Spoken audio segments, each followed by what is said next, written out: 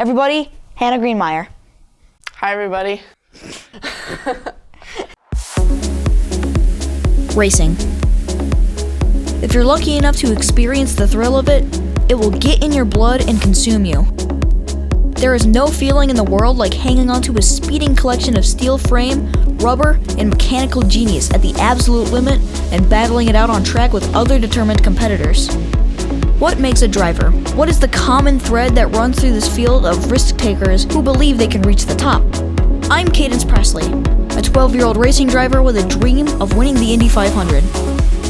I'm here to crack the code by talking with dreamers like myself who are driven to chase the impossible dream. To be the best.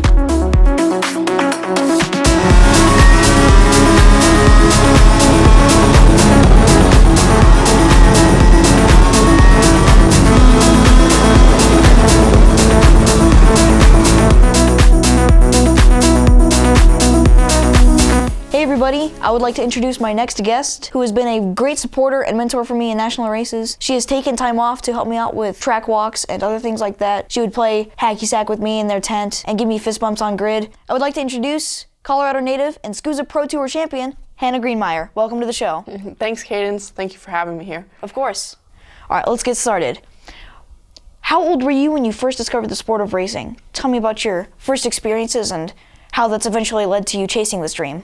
Yeah, so my dad actually used to race jet skis and go-peds. So What is a go-ped?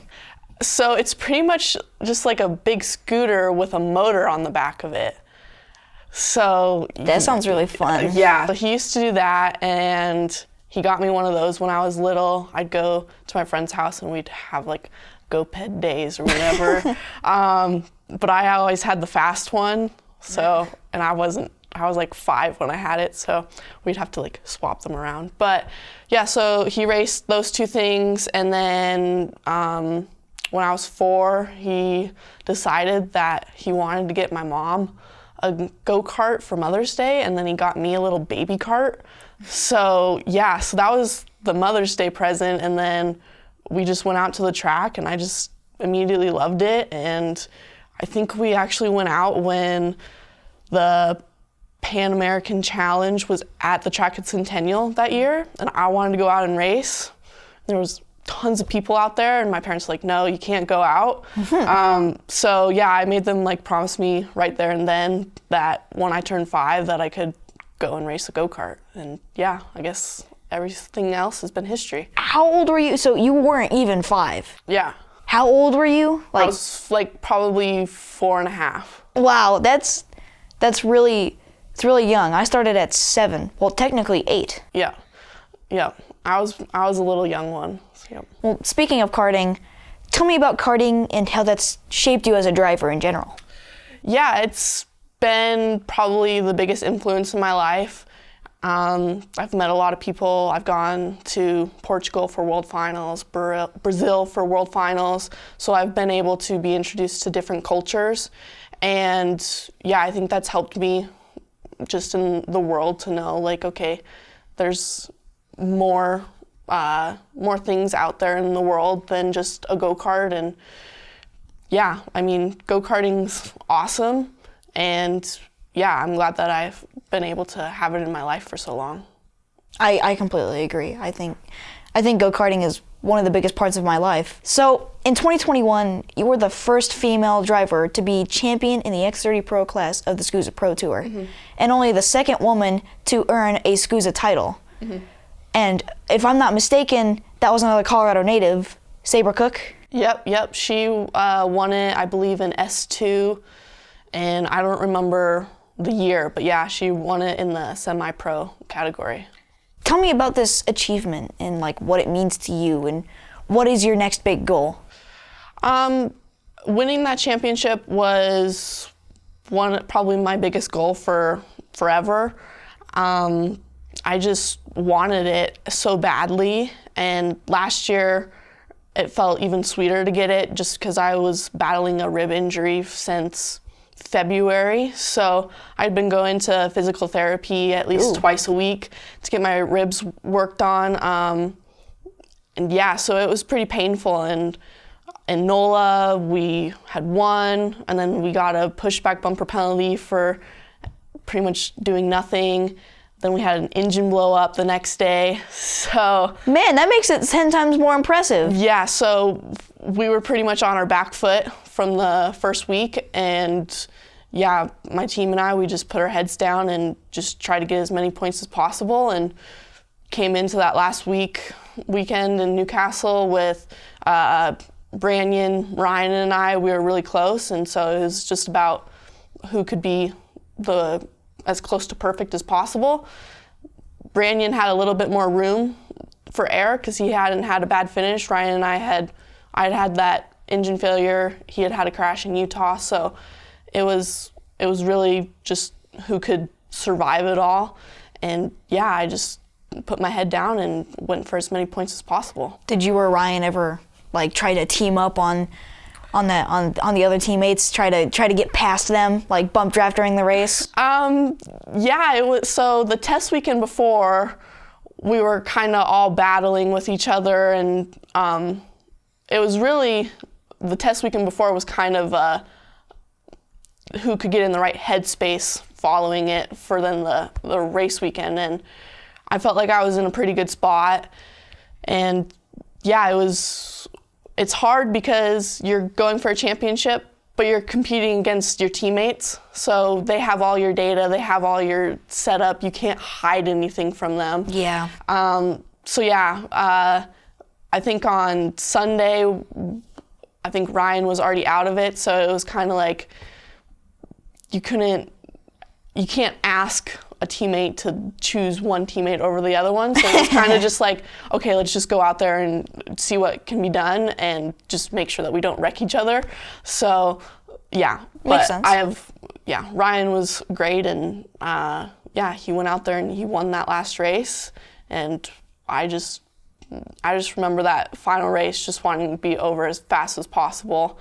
There was a lot of stuff going on around me, and I just wanted to finish. That's all I wanted to do. Yeah, well, I mean, you finished, and you finished first in the championship, which is, you know what, high five for that one.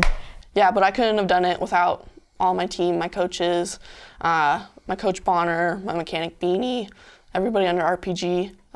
So yeah, it's my name that goes under as the champion, but it was all of us, so yeah. Yeah, I mean, that's what a team is for. Yep. So, what has it been like being a part of the rise of RPG and driving alongside and competing against one of the most determined and dominant drivers in karting history? Yeah, so I joined RPG in 2015. I went through their whole driver development program, and it was great. They developed me as a driver. That's where I met my coach Bonner Moulton and my mechanic Mike Beanie. Once we kind of teamed up together, we were a pretty good force.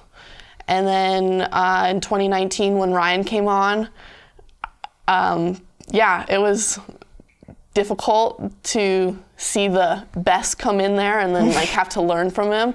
But it was good. I mean, he pushes me to my limit. I've been able to push him to his limit. And yeah, I mean, if you can have a teammate, I mean, why not have the best to learn from? And yeah, he's got a lot of skill, and I think people don't give him enough credit for it, but he works really hard for what he's done, and yeah, he deserves everything that he has. So I know you've made the move to shifters this year. Mm-hmm. What has that move to shifters been like for you so far? At first it was a little difficult just because it's a whole different driving style. I'm used to being pretty smooth and calculated and trying to roll speed. Shifter is you go in as hard as possible and just brake and you'll stop on a dime. But my coach Bonner and mechanic Mike Beanie, they're some of the best shifter drivers in the country, so I've had pretty good guidance in that area, and they've gotten me up to speed. So yeah, I mean, it's fun. I feel like it's helped me in the cars. When I go and practice in a car, I feel more comfortable with them now. Just doing shifter karts as my, I guess my predominant class now. What cars do you drive? Well, right now, in Utah, I've been driving a Nissan Spec Z, so the the Nissan version of a Miata. Oh, okay, yeah. So I've driven that, driven an F4 car. Really? So, yeah, those were pretty fun. I drove a Lotus for a day. That was pretty fun. Which Lotus was like an Exige? No, it was an Evora. That weird looking thing. Yeah, so okay, that's really cool. That. Yeah, so I drove that, and then I've driven a Spec MX-5, a Miata, and just some cars, and yeah, so it's just been fun. Making the move up, making your way up the ladder of racing, getting that large step into cars. Yep, trying to get that transition done so that next year we're mostly just cars and just a few one-off. That's how you get people to notice you. Yep. I know I've seen some crazy things at the racetrack, and I know you have too. I want you to tell me your favorite or craziest story from the racetrack. So I think the craziest thing that I've ever seen was, I believe it was 2020 at Rock the Rio. There was a high-speed chase that went through the paddock. 19, you were there. Oh yeah, I was there. 19 when that happened. That was probably the craziest thing. Like a police chase? Yeah, somebody went speeding through, like down the pits, and I guess almost hit some people. I remember that. That's crazy. Yeah. That was a very interesting experience. We were all like, what is happening? Yeah, I didn't know what was happening, and then I asked some people, and they're like, yeah, there was like a high-speed chase, and I was like, okay. Cool. I'm glad that I was not down there. So, I don't know why people steal cars. It's not nice, so. Yeah, it's just not nice, guys. Stop. Don't steal cars. What is your dream for the future? Is there anything specific that you're chasing? So there's a few things that I'm kind of chasing at the moment. I'm trying to get into the W Series for the next couple of years. And then, I kind of want to go into sports car racing. I know that it's more of a sustainable path for motorsports. So if I could go and drive a Porsche in an endurance race, that would be pretty cool. That's ideal. Ideal. Really any car. I just want to be in motorsports. I love it. I've been around it for so long, so I can't really imagine a life without some form of motorsports in it. I can totally agree. Like, if racing just stopped for me, I don't know what I would do. Yep. I go crazy after about 4 weeks off of not doing anything. So. Also, I think the W Series actually couldn't fund the rest of their season this year. Yeah. So they had to stop it mid-year. Yeah. That's kind of sad. Yeah. I wish the W Series had funds like Formula One or IndyCar. I was pretty bummed to see that they had to cancel the last couple races. It's a great series, and I think that it's really a good thing to help empower women and show just our skills in general. To be able to do it alongside the F1 calendar is pretty cool. I really want to see you or any woman on the Formula One roster. Yeah.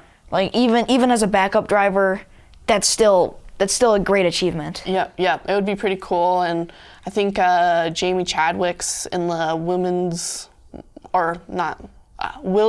Racing Academy, so totally deserves it. Yeah, she's really good at what she does. She's really quick. She's dominant. Yep. Crazy fast. Yep. So, I hope that she gets a ride in the regular F3 and be able to show just what we can do, and I think if we can just be given a chance, I think people would be surprised. So, yeah.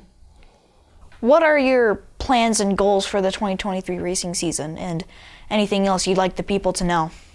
My plans / goals for next year are just to get as much seat time in a car and hopefully be racing them. Hopefully in the next week or so, I'll get the Mazda shootout scholarship, so I'll be able to race a Spec MX-5 next year, hopefully. Maybe do some F4 stuff, just kind of get a well-rounded, education in each of the cars. I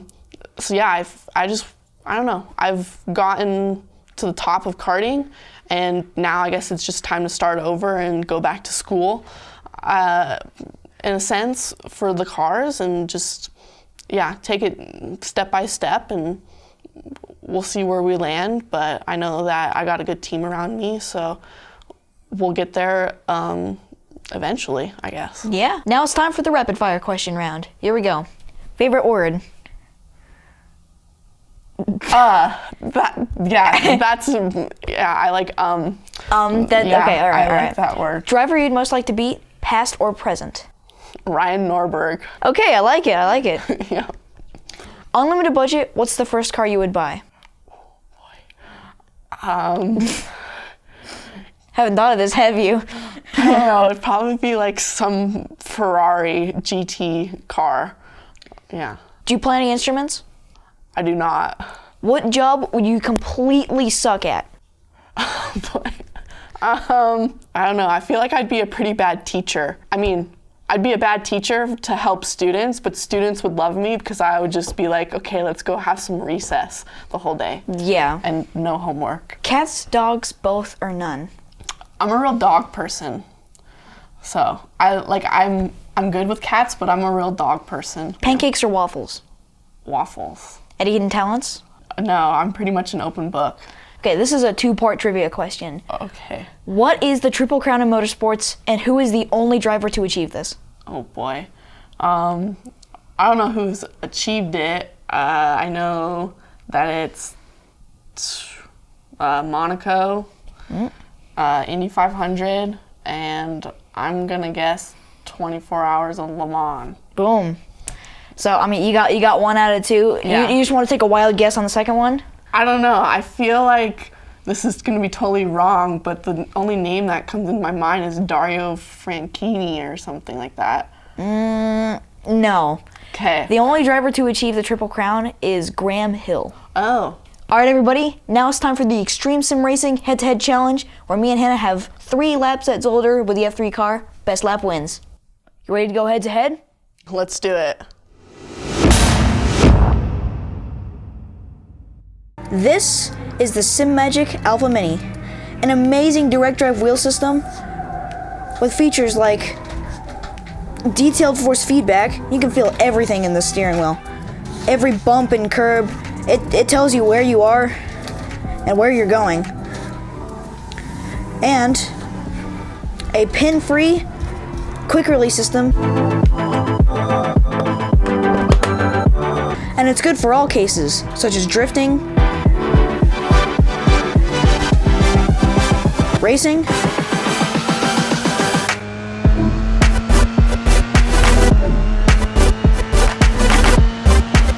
if you want your own SimMagic Alpha Mini, you can go to extremesimracing.com and use my coupon code Relentless1C, all one word, all lowercase but the number 1, and you can get 5% off anything on that website.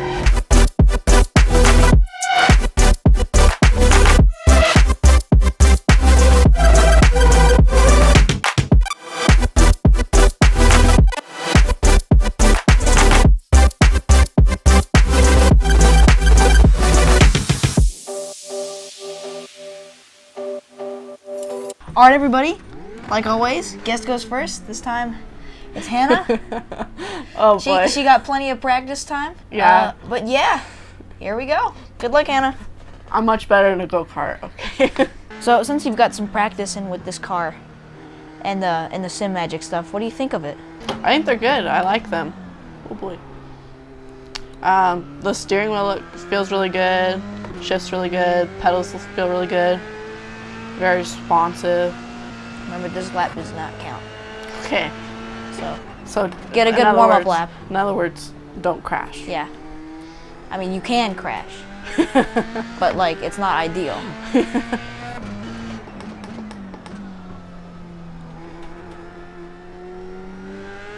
Lap 1, here we go.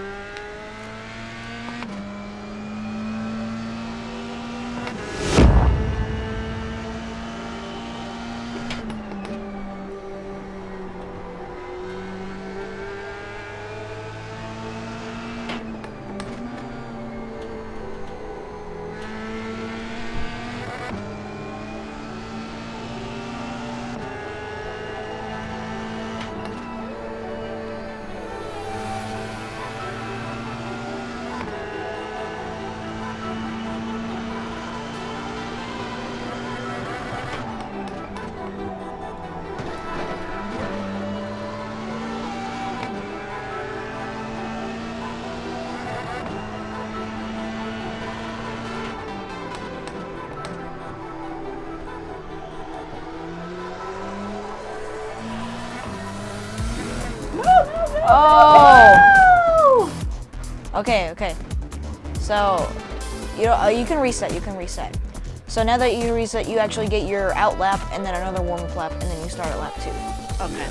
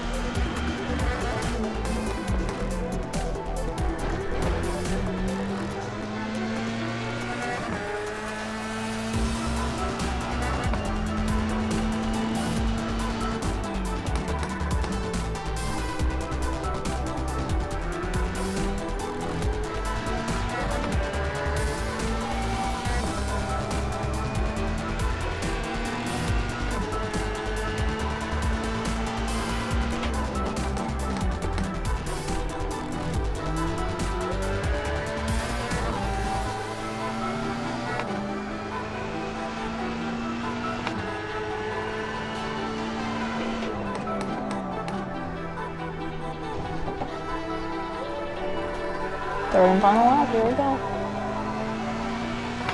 Good luck. I'm gonna need it.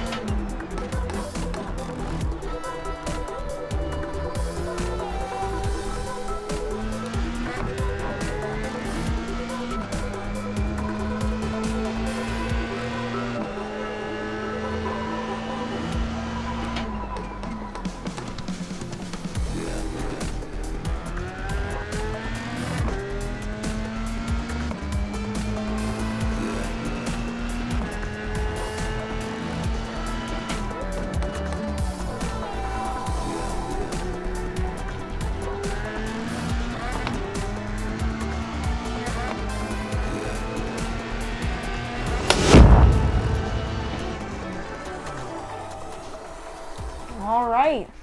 I'm gonna stick to real life stuff. You did good. You did good. Oh, you're being too kind. Here we go. Out lap.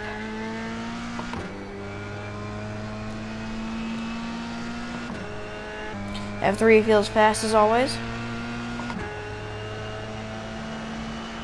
I'm feeling pretty good today.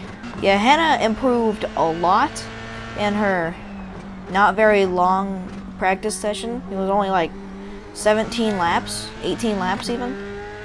It was really impressive. She has never even seen the track before, and she improved a lot in her small amount of time.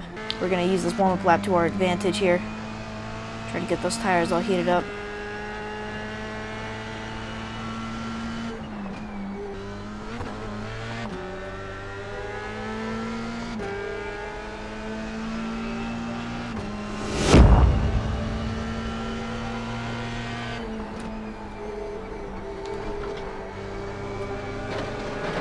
Dang it! Okay, that doesn't count.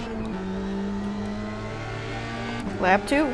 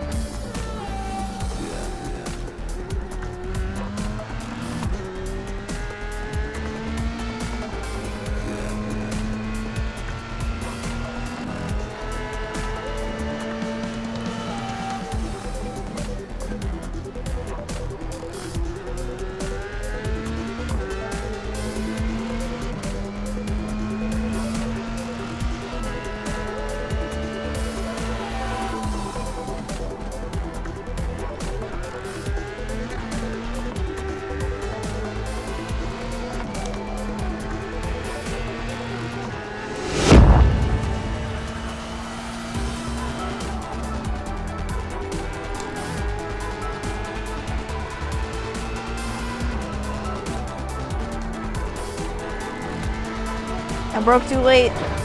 Ugh. Okay, well, that lap doesn't count anymore.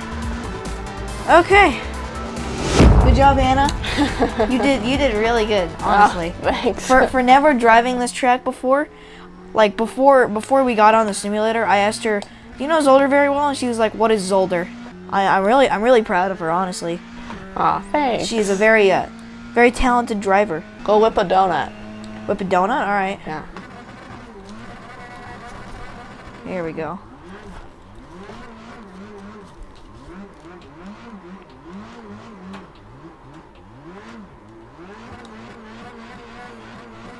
Well, everybody, that is it for today. Thanks for coming to the show, Hannah. Thanks for having me. Do you want to take a moment to tell everyone how to find you on Instagram and stuff like that? Yeah, you can find me on Instagram at HurricaneHannah308, and Twitter, I believe, is Greenemeier. And yeah, that's about it. But you can find some cool pictures on the social. Thanks for watching, everyone. This has been Head to Head with Cadence Presley, and I'll see y'all next time. Bye. Your water temp is getting high. Yeah, it's it. Oh my god, it's almost at 270. I've just been walking it. Here. Look at that.